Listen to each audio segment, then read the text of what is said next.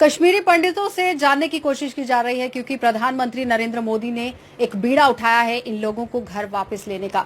लेकिन क्या ये लोग जाना चाहते हैं, क्या कुछ उस वक्त इनके साथ बीता, इसी पर आज पूरी बातचीत चल रही है। तो आज मेरे साथ हैं इस वक्त यहाँ पर जमुना रानी कौल जी, जिन्होंने 1990 के दशक में जो कुछ भी हुआ अपनी आंखों से देखा और अपनी आंखों के सामने वो सब कुछ बर्दाश्त किया। चलिए बताइए, आपने क्या देखा 1990 में, क्योंकि जब आप लोगों को वहां से पलायन कर यहाँ आना पड़ा। 1990 में ये हुआ हमारे साथ। शिवरात्रि के 2 दिन पहले, शिवरात्रि के 2 दिन पहले रात को 11 बजे हमारे ऊपर ब्लास्ट हुए, गोलियां हवा में चलाई गई, जिनको दबा दिया वहां के पुलिस वालों ने। और हमारे बच्चे इतने जख्मी थे, ऊपर से नीचे तक छलनी हो चुके थे। 2 बच्चे, छोटा सा देवर, उसकी एक आंख भी चली गई है, इतना हाथ भी कट गया है, अभी मौजूद है, अभी बुला के दिखा भी सकती हूँ प्रूफ। इतनी मुसीबत, बाहर निकलना। खाली कहते हैं वहाँ के मुसलमान, क्या कहते हैं वो, ये कहते हैं बटो रूस बटने शान, ये तो बनाओ पाकिस्तान।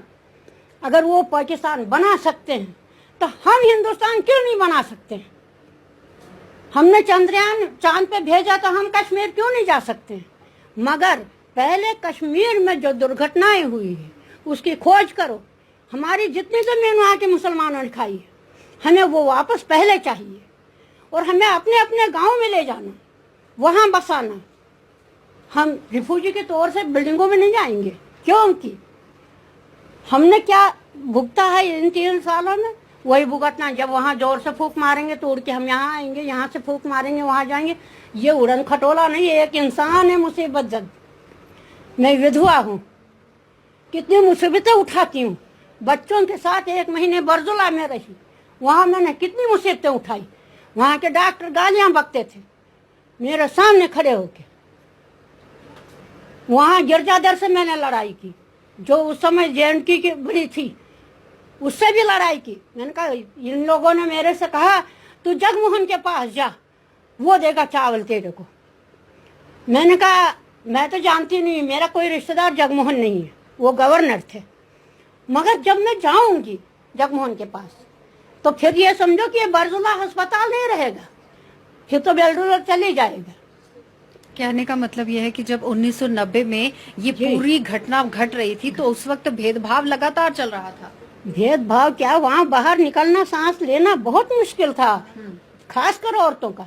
हम लोगों ने तब अपनी जगह ये कर लिया था कि हमारे गांव में 100-150 हिंदू हैं, हम देखते हैं ये लोग क्या करेंगे। पहले एक हिंदू घर को आग लगाई, न्यूज़ 7:30 की चल रही थी तो आ गई। वो जरा गांव से बाहर है, इनको मालूम है, तो गांव वाले दौड़े, तो मुसलमानों ने नहीं जाने दिया। उठाया फिर डंडा, इन्होंने कहा अब तो हम लग गए इनके मुकाबले में, अब ये हमें मारें या छोड़ें। तो भाग गए, उन्होंने जाके उसको बुझाया। दूसरे दिन जो हिंदू कुल्हाड़ी नहीं उठाता था वहाँ, उसने आग ही लाई, अपने अपने घरों से पेड़ काटे सफेदे के, सारे हिंदुओं ने मेरे कमरे में चीरे, छत बनाई उस घर की। उसकी लड़की यहाँ रहती है, शंभुनाथ हकीम बोलते हैं उनके, उनको छत बना कर दी। इससे जल गए वो मुसलमान, उनके तनो बदन में आग लग गई। कश्मीरियों में इतना जज्बात है, तब वो समझने लगे। तो रात को 12 बजे, 2 दिन थे शिवरात्रि के, रात को 12 बजे हमारे घर पे हमला किया, क्योंकि हम सड़क के किनारे रहते थे। कितने लोग थे? वो 10-12 थे, एक नहीं था। और बुरका उनका, उस पर कांगड़ी भी डाली मेरे लड़के ने कि ये जले कहीं से फाड़ के देखूं ये अपने गांव का है कि दूसरे गांव का है। वो जला भी नहीं, फटा भी नहीं। हम पे इतनी मुसीबत निकली। मैं उस दिन रात को एक अकेली नारी 4-4 लाशें लेके बरजुला पहुंची, जबकि हवा नहीं हिलती थी वहाँ। इंसान क्या हिलते और बाहर निकलते।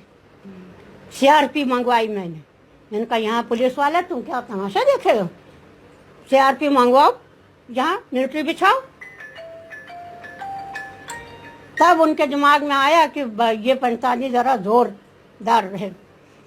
मैंने कहा भगवान अब श्री राम मैं घर से तो निकली हूँ, ये 2 पुलिस वाले ये जो इसी चौकी के हैं ये मुसलमान हैं, ये रास्ते में हम लोगों को मार डाले, मगर अब भगवान तेरे हवाले। वहाँ पहुंची कोचक साहब को, डॉक्टर कोचक साहब को फोन किया, वो फौरन आए, उनने ग्लूकोज भरा, उनने कम्बल दी, उनने गाड़ी दी, मैं वहाँ पहुंची। 1 महीने के बाद वहीं से मैंने उठाया बीमार को, मैंने गिरजाधर को कहा यहाँ इलाज नहीं होता है, तुम भी अच्छा मुझे ये बताओ कि जब 1990 के दशक की बात हो रही है तो कई लोगों से मैंने बातें की, वो कहते थे कि चिट्ठियां फेंकी जा रही थी कि यहाँ से भाग जाओ। हाँ हाँ, जो नहीं निकल रहा था उन्हें चिट्ठियां डाली, नहीं है हम मार डालेंगे, नहीं तो निकलो। ये तो सही है, मगर हमारे यहाँ तो ये बड़ी सारी चिट्ठी भेजी जिससे कि पुलवामा डिस्ट्रिक्ट रात को ही खाली हो गया। और मैंने वहां से बीमार पुलवामा से है, पुलवामा से है, पुलवामा गांव का नाम जानापोरा। हाँ। कितनी जमीन थी वहाँ पर, कितनी जायदाद थी? अभी भी हमारी जायदाद 4 खरवार जमीन है, 5 खरवार जमीन, और जो बाग थे उजड़ गए, सेब के बाग थे, पेड़ खत्म हो गए, जमीन पड़ी है, कुछ लोगों ने चोरी से बेच भी दी।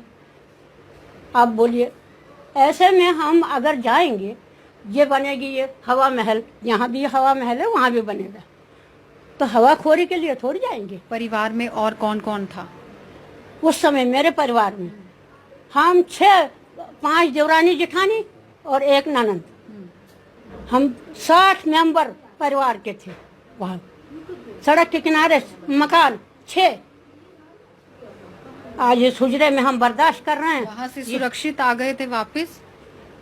फिर मैं अस्पताल से सीधे आई, हमने घर से कोई घर बैठ नहीं लाई, बर्तन नहीं, बिस्तर नहीं, कुछ भी नहीं, सब मेरे को यहाँ अपने बहनों ही ने दिया लाके।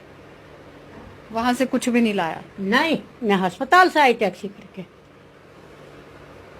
अस्पताल वहां से जानापोरा से मेरी जेठानी ने जब सामान भरा ट्रक में तो मुसलमानों ने रोका, तो उसने कहा इन बीमारों को हम चंडीगढ़ ले जा रहे हैं, चलो तुम भी, तुम्हारा खून निकालेंगे, इनको भरेंगे। तब वो लोग भागे।